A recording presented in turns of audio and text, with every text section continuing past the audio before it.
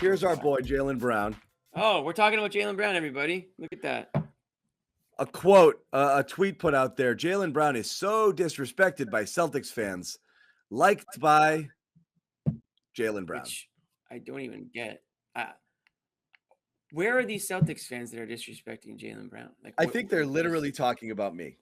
Yeah. You might be right. They could be talking about you. But not just me. It's not an ego thing. The People like you. the Tony Mazes, the people who are like, blah, blah, blah. I mean, can we be real? Jaylen Brown is not disrespected by Celtics fans. Jaylen Brown is revered and adored by Celtics fans. Are we serious here? Like, I understand there'll be a person or two in the media, and myself included, who's going to freak out over his turnovers and be critical. Fine. That's going to exist. Do you believe fans are not all in on Jaylen Brown? Right. To the point that he's going to like something like this to make a point like, yeah, right on. This guy knows. Well, this relates to trade discussions with him, and they're tough to have because it was going to be a Durant thing. We would have been doing it here if it wasn't for the Kyrie news. We would have been saying, I mean, Bobby, Mr. Positive, and I love all the Celtics, would ship Jaylen Brown out on the first train. For Durant, yeah. And that's not a disrespect to Brown. In fact, I've said Brown's untradeable in the past. I never knew Durant would potentially become available. But it's just about every other move, I wouldn't move him. But again, it's not a disrespect thing. I love his game. I think he's an integral part to this team here, but these are the discussions we have, and sometimes you get criticism, and I don't think we've seen Brown handle criticism the best over the last year or two here, especially when it comes to the turnovers, and obviously I've kind of had experience with this on the ground. The ball control with him, it's a real I also don't want to deal him for story. Durant, by the way. That's the irony of this whole thing. You guys crapped on me. I do not want to make this trade. If it were available, I would not trade Jaylen Brown for Kevin Durant. Bobby would. The ball control with Brown, it's a real story. And every time you try to approach it with him or even email, like they just kind of tiptoe around it. And like, I think a number of topics when it comes to criticism around Brown, there's, I don't want to say a sensitivity to it, but he doesn't love it, when things get a little critical against him there. And I don't think he like that's part of being like a leader on a team, right? Is kind of understanding that the heat's going to turn up a little on you when things get down, or, sometimes your name's going to be thrown around trade discussions. Guys say it's all business. Like, this is just kind of part of the position he stepped into on this team and in this league. And it shouldn't be a sign of disrespect, right? Like, it's not. I think everybody here understands who Brown is and what he's meant to this team, and he's been an enormous. So let me say this: year, but we come on, if they're talking about people like us, listen, I think we all try to tell it like it is. We come on the show after a game. If it's a great game, these players get praised. If it's a bad game, they get criticism. That's how it works. When this team was losing and losing and losing, and it was the most miserable experience being a fan and watching this team, yeah, you start talking about potential changes that could be made. And it starts with players who are, great players that you can get something for. That doesn't mean you want to trade the player or you're actively shopping him. But if you can improve your team, if your team is struggling and you can find ways to improve it, that's a discussion that you have. I'm sure that it's a discussion that front offices at least had. Whether or not they came close to trading certain players or not, we'll never know. But to sit here and say, oh, he's so disrespected or he's so underappreciated, he's undervalued, this, that, and the other thing, I don't know if that's true. I mean, I think there are some games where Jaylen Brown's the best player on the court, and there are some games where he looks completely checked out and he turns the ball over. And we don't need to go over it because we've all seen it happen.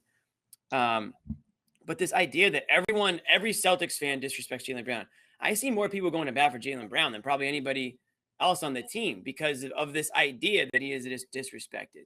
So we're almost at the point now where he might be getting overvalued by Celtics fans. Never mind disrespected. I mean, how about that for a 180?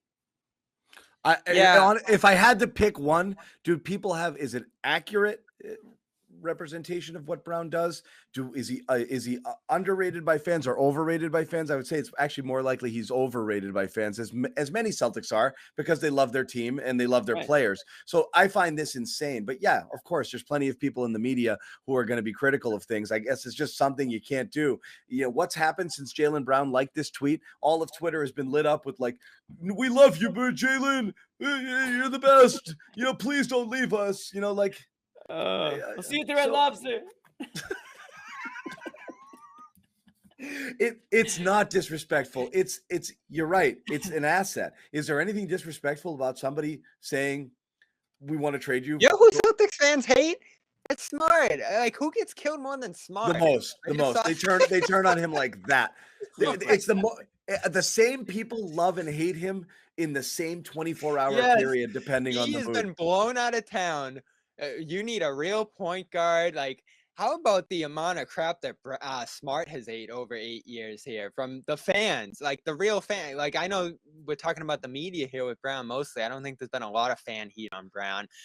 The fans have been except on when Smart. They booed him, which still bothers him.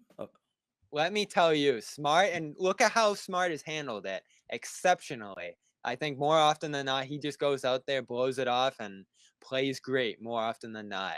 There doesn't really have to be this trepidation over what's being said about you on the outside. And we talked about this before, right?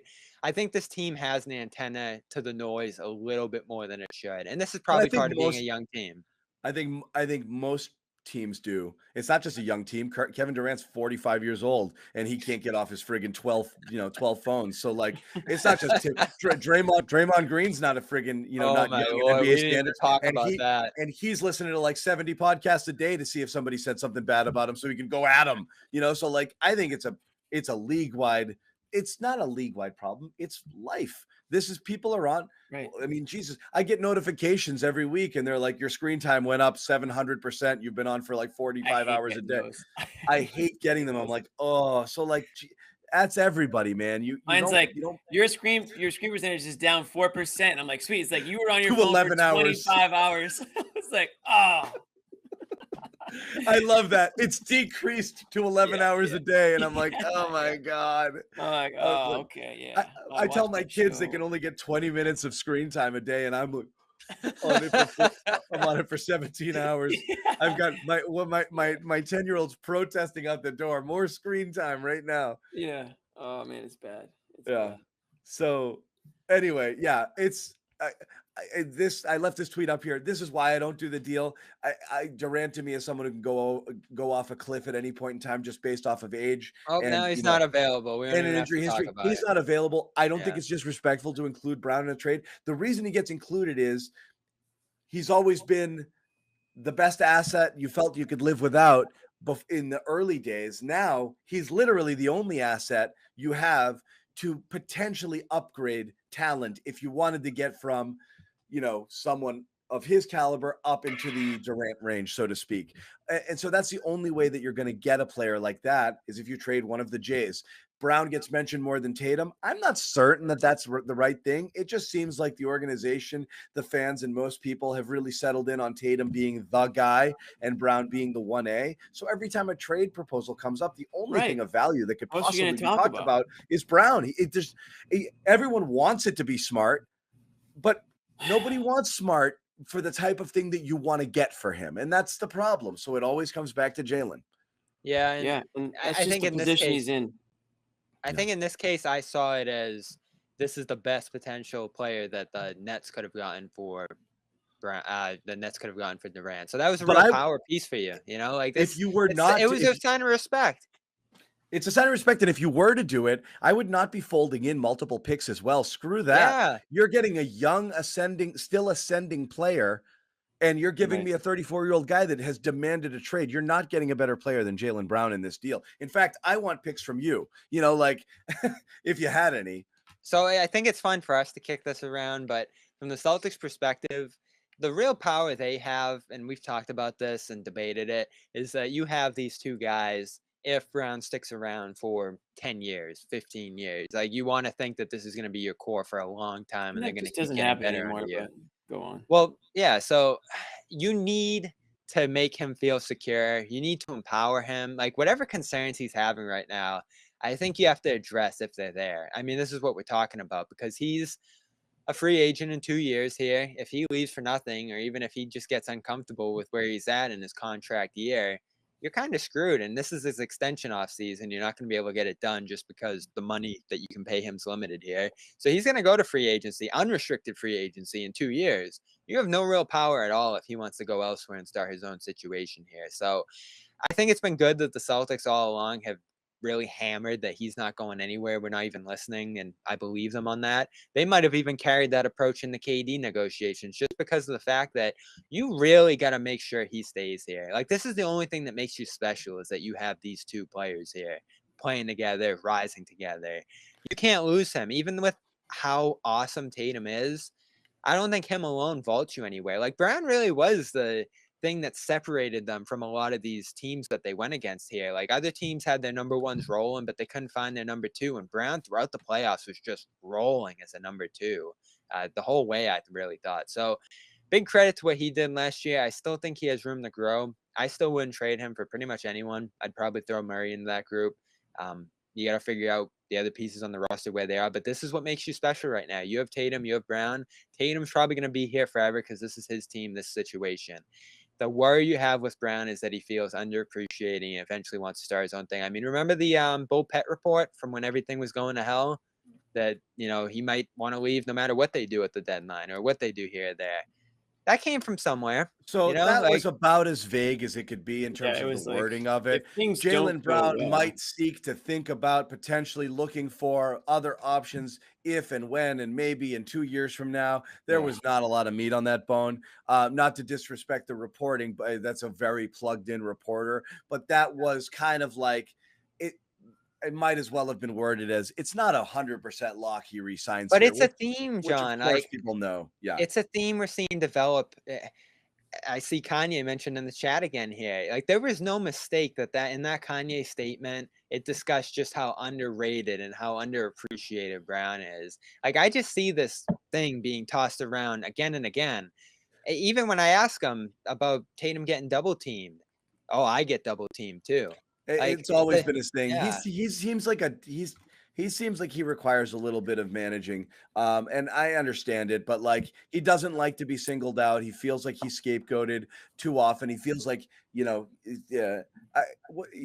he gets people freak out to his turnover numbers, but ignore Tatum's, and they're actually pretty friggin' close even during the regular season. And so some of it might be reason. I don't think any of us are saying that it's unreasonable approach by him. I understand it, but to affect you to the point that you're gonna be like, I gotta get out of here, man. Nobody that's like.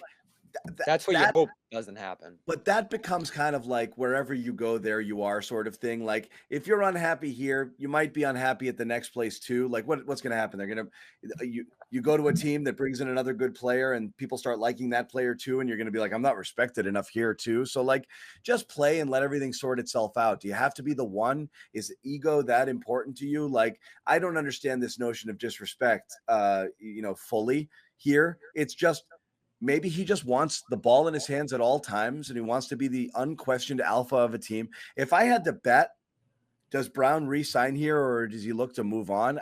I'd lean towards B, honestly. So I think you have to consider it in your thinking. I don't know how you do. I mean, it's obviously not something that's going to be addressed outright, right? Like, you're just kind of hanging on whether or not that's his motive until the day he hits free agency, and you could just be flat out screwed. Right. I mean, he's not going to ever demand a trade. It's just you're gonna have to hope that, like John said, you have to trust your instinct. If you think he's, or you hope, like Derek says in the chat, there, winning heals all. Yeah. Then you run the risk of, if you're the Celtics, you're the bad guy. You're the Danny Ainge trading Isaiah Thomas situation, and all the fans get pissed. But Kawhi Leonard left after winning a championship. So again, it's nothing. There's no guarantee. You got to hedge your bets. If you have a really good feeling, loyalty is not what it used to be. I'm not just blaming players. It's both ways. Teams will throw you to the wolves too. So the loyalty is not. This is why that finals loss. This is why that finals loss is a little bummer, right? Because you're young, but you do have a window, and that window is Brown. So your first of 3 shots here at it.